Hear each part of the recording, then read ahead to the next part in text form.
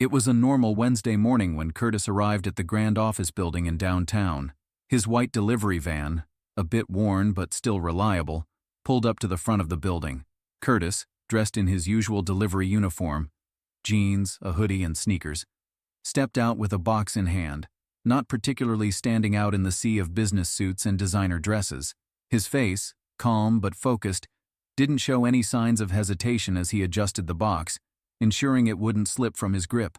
He had done this 100 times before, delivering packages to offices, businesses, and clients all across the city. But today, something felt different. As he approached the lobby, he could feel eyes on him. He wasn't wearing a suit or a tie like the others. He wasn't carrying a briefcase or any documents that screamed important. He was, in their eyes, just a delivery man. Curtis reached the elevator and pressed the button, casually waiting. The lobby workers, two women chatting behind the counter, exchanged whispers as they glanced at him. "Must be another one of those low-level guys who'll never make it," one of the women said under her breath. The other snickered. "I'm sure that box isn't even his. It's probably just another delivery of some useless corporate junk. Can't imagine doing that job for a living." Curtis heard every word. He wasn't surprised. This had happened before. People often assumed things about him based solely on his appearance and the job he did. What they didn't know was that he had earned his place in the business world, and no one had given him anything for free. The elevator doors opened and Curtis stepped inside, nodding to the few people already in the car. He was used to the glances and the quiet judgment. He pressed the top floor button where the office of the company's big clients was located. He'd been coming here for years, delivering important packages for various companies that had nothing to do with his own. Or so they thought. As the elevator doors slid open, the receptionist, a young woman in her early 20s, looked up with a polite smile. "Can I help you?" she asked, barely glancing at the box Curtis held. "Delivery for the CEO's office," Curtis replied, his voice steady but not demanding. He'd said the same thing 1,000 times before. "Oh, sure," she said, her smile a bit too sweet. "Just put it on the counter, please. I'll make sure it gets to the right person." Curtis paused for a moment, feeling the weight of the box in his hands. "Actually," he said, his voice more firm now, "I need to personally hand it to Mr. Walker." The receptionist blinked in surprise. "Mr. Walker? Are you sure about that? It's just a delivery. He's probably busy." Curtis nodded, looking around at the sleek, polished lobby and the fancy decorations. "I'm sure." With a slight chuckle, the receptionist waved him off. "Well, all right, but don't expect too much recognition for it. It's just a box after all." Curtis simply smiled and walked past her, heading toward the CEO's office without a second thought. His footsteps echoed in the empty hallway as he approached the large, expensive office doors. Curtis knocked lightly on the CEO's office door, his heart steady. Moments later, a voice from inside called out, "Come in." He opened the door and stepped inside. The office was as pristine as it always was, sleek with dark wood furniture, a view of the city, and an impressive collection of books along the walls. Mr. Walker, the CEO of the company, was at his desk, talking on the phone with someone, but he looked up and waved Curtis in without hesitation. Curtis walked toward the desk, gently placing the box in front of Mr. Walker. The CEO smiled, still on the phone, nodding as if acknowledging Curtis. The phone conversation continued for a few more moments before Mr. Walker hung up. "Ah, the delivery," Mr. Walker said, sitting back in his chair and rubbing his hands together. "I've been expecting this. Thank you, Curtis." Curtis nodded, his eyes locking onto the man's in a silent exchange.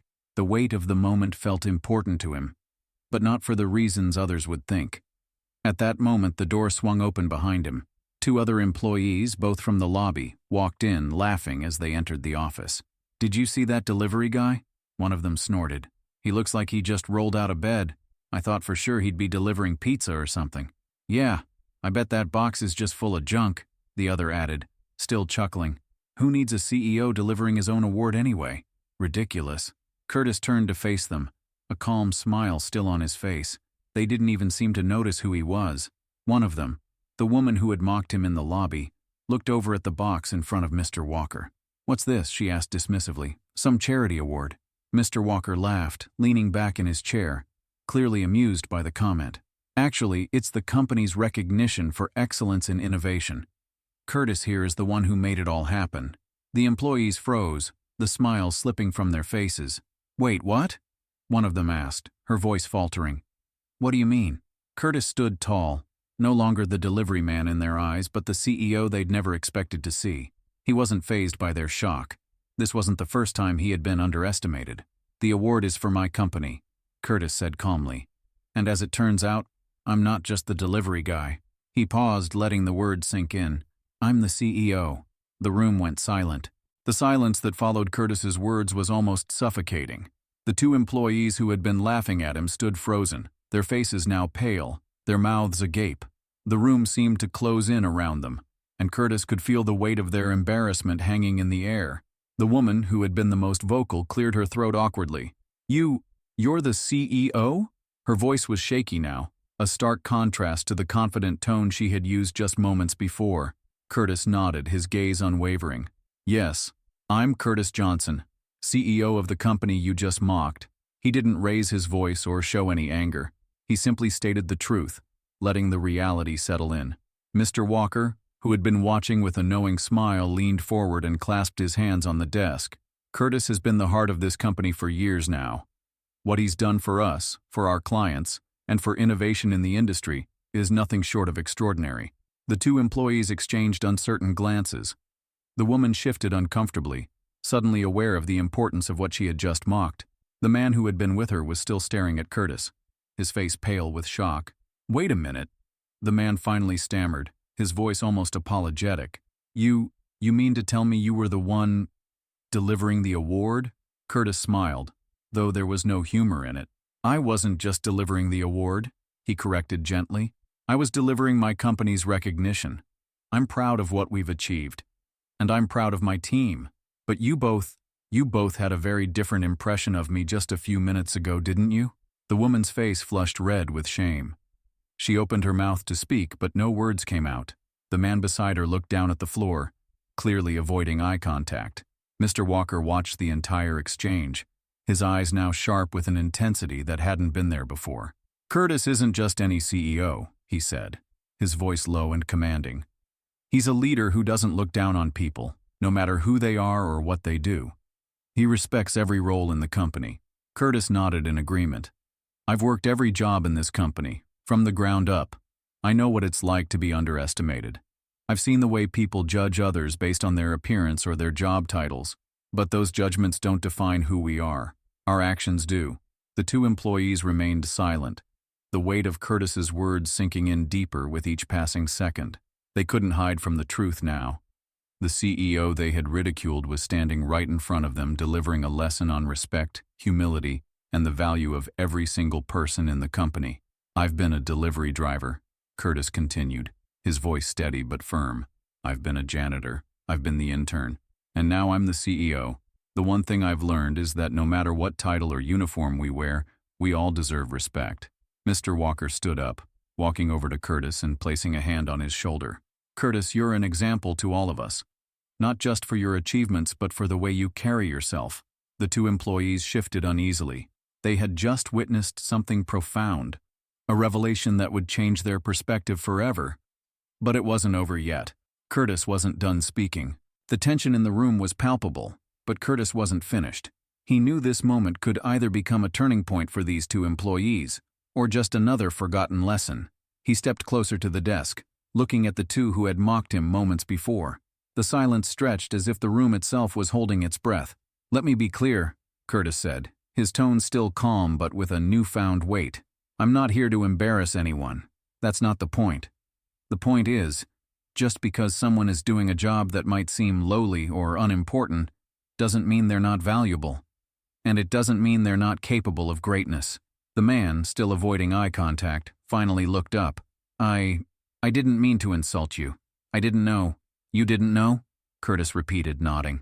But you judged me anyway. And that's something I hope you'll think about going forward. How many people do we pass every day without a second thought? How many people do we assume are less than us because of what they do? He paused, allowing the question to hang in the air. The woman spoke up now, her voice quieter. I see what you're saying. It was wrong of us. I just assumed. Yeah, the man added, rubbing the back of his neck. I thought it was just a delivery. Like, no big deal. Curtis didn't let the conversation linger on their regret. This wasn't about guilt. It was about change. Every job is important. Every person contributes to the success of this company. From the warehouse staff to the CEO. We all have a role, and we all deserve respect. Mr. Walker, still standing nearby, offered a smile. Curtis isn't just about being a leader in title. He shows us what true leadership looks like by being humble.